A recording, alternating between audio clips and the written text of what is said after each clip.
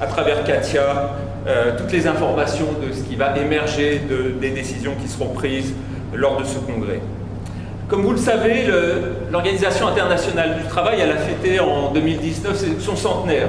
100 ans, on est la plus ancienne des organisations du système des Nations Unies. Et en 100 ans, on a appris beaucoup de choses. On a appris notamment qu'il n'y a pas de développement durable sans construction d'un monde du travail meilleur. Et c'est vraiment une priorité essentielle sur laquelle, avec vous, les organisations syndicales, on travaille depuis l'origine de l'Organisation internationale du travail. C'est une condition sine qua non nécessaire du développement durable, d'une croissance durable.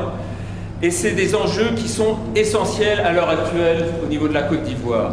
D'où l'importance de ce congrès, d'où aussi l'importance de cette union syndicale avec la représentation des autres organisations syndicales sœurs aujourd'hui lors de l'ouverture de ce congrès.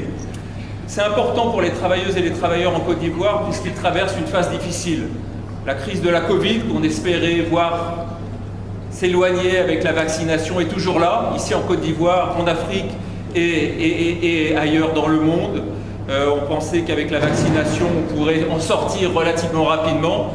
On sait maintenant qu'il va falloir vivre avec. Et il va falloir continuer d'observer les gestes barrières, continuer à sensibiliser les populations et les travailleurs à la vaccination.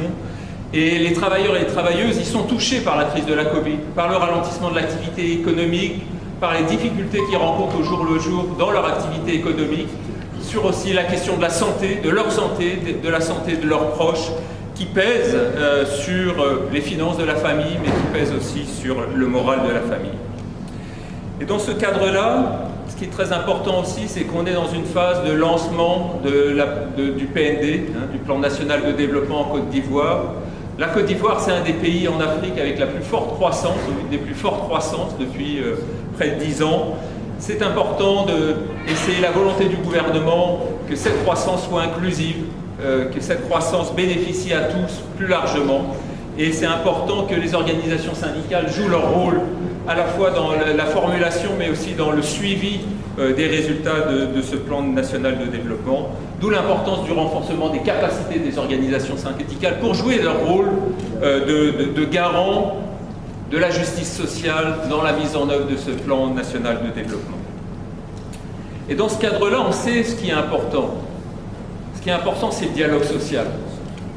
Le dialogue social, c'est vraiment une dimension centrale de la consolidation de la paix. C'est une dimension centrale de la croissance durable. C'est une dimension centrale aussi de la réussite des politiques nationales de développement et des politiques publiques.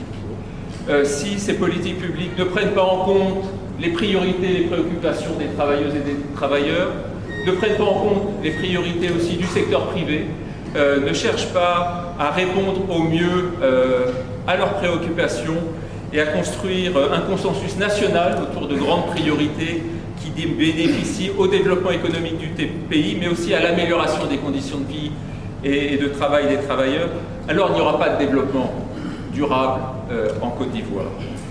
Et dans ce cadre-là, le dialogue social, ça nécessite certaines choses, certaines conditions nécessaires aussi.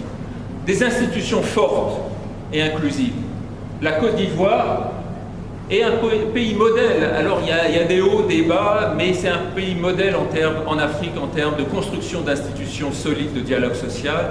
Et les partenariats et le dialogue qu'il y a entre les organisations d'employeurs et de travailleurs, qu'il y a aussi avec le gouvernement, sont des dimensions très importantes. Lors de la cérémonie du 1er mai, je me rappelle, j'étais présent aussi avec Monsieur le Premier ministre, Patrick Hachi. Il y a cette volonté forte du gouvernement et du Premier ministre d'être à l'écoute des organisations syndicales et des travailleuses et des travailleurs. Et ça, c'est une dimension vraiment essentielle. Donc des institutions fortes, des centrales syndicales fortes. C'est-à-dire qu'elles doivent pouvoir jouer leur rôle dans ces institutions. Ça demande un renforcement des capacités, ça demande des formations, ça demande toute une série d'éléments qui vont leur permettre à ces centrales syndicales, mais aussi aux organisations patronales, de jouer leur rôle dans ce dispositif de dialogue social. Ça demande aussi une représentativité forte des travailleurs. On sait que le monde du travail en Côte d'Ivoire, comme dans beaucoup de pays africains, est dominé par les travailleurs de l'économie informelle. c'est essentiel que les organisations de travailleurs, et elles le font en Côte d'Ivoire, et elles sont modèles en Côte d'Ivoire. C'est ma spécialité, l'économie informelle, et on a souvent cité en exemple la Côte d'Ivoire et les organisations syndicales de Côte d'Ivoire, notamment à travers le CITEF, dans leur volonté marquée dans les faits de représenter, d'organiser les travailleurs de l'informel et de pouvoir relayer leurs préoccupations et de faire en sorte que leurs intérêts soient aussi discutés en termes de dialogue social et discutés en termes de politique publique. C'est aussi important l'ouverture de ces organisations syndicales et d'une Intercy aux jeunes, aux femmes, dans leurs activités de renforcement de capacité, dans aussi la mobilité ascendante au sein de l'organisation, de donner plus de femmes, plus de place aux femmes, aux jeunes dans les organisations, dans les organes de prise de décision de l'organisation, c'est essentiel. Et nous appuyons, nous l'OIT, ces efforts des organisations syndicales, notamment à travers Katia et le travail formidable de Katia, pour justement accroître la représentativité, renforcer les capacités des organisations syndicales. Alors rapidement, 3 éléments importants sur lesquels je voudrais revenir. Les enseignements de la Covid-19. Et on est encore dedans. Mais la Covid-19, elle nous a appris des choses qui sont très importantes pour les travailleuses et les travailleurs. Premier point important, c'est la question de la protection sociale. La plupart des travailleurs ne sont pas couverts par des mécanismes de protection sociale et ils sont vulnérables à la Covid, à d'autres maladies, pour eux, pour leurs familles, qui les touchent gravement et qui peut les faire sombrer très rapidement dans la pauvreté. Et donc la question de la protection sociale est essentielle et comment travailler tous ensemble, le secteur privé, les organisations syndicales, le gouvernement, à une augmentation marquée et forte de la couverture de protection sociale pour les travailleuses et les travailleurs. C'est essentiel. Le gouvernement fait d'énormes efforts. On le voit avec la CMU, on le voit avec le lancement récent du RSTI pour les travailleurs indépendants. C'est des efforts qui sont remarquables et qui nécessitent justement, et les organisations syndicales jouent leur rôle là-dedans, des efforts forts en termes de sensibilisation, d'information, mais aussi de droit de regard sur la qualité des services qui peuvent être apportés dans le cadre de la CMU ou du RSTI. Donc la protection sociale, priorité sur laquelle il faut travailler. La transition vers l'économie formelle, autre priorité. Tant que vous aurez 80, 85, 90% des travailleurs qui sont dans l'économie informelle, qui ne sont pas couverts par le droit du travail, qui ne sont pas couverts par des mécanismes de protection sociale, ils seront dans des situations de vulnérabilité. Ils seront dans des situations où ils peuvent subir des abus dans le monde du travail. Et donc c'est essentiel aussi de pouvoir réfléchir et de penser vraiment le rôle des organisations syndicales dans la transition vers l'économie formelle. Et après, le rôle clé des acteurs syndicaux dans la lutte contre la pandémie. Depuis le début, vous avez joué un rôle fondamental dans la prévention et la sensibilisation des travailleurs et de leurs familles à travers eux par rapport au risque de la pandémie, de la contagion, par rapport aussi à la nécessité de se vacciner.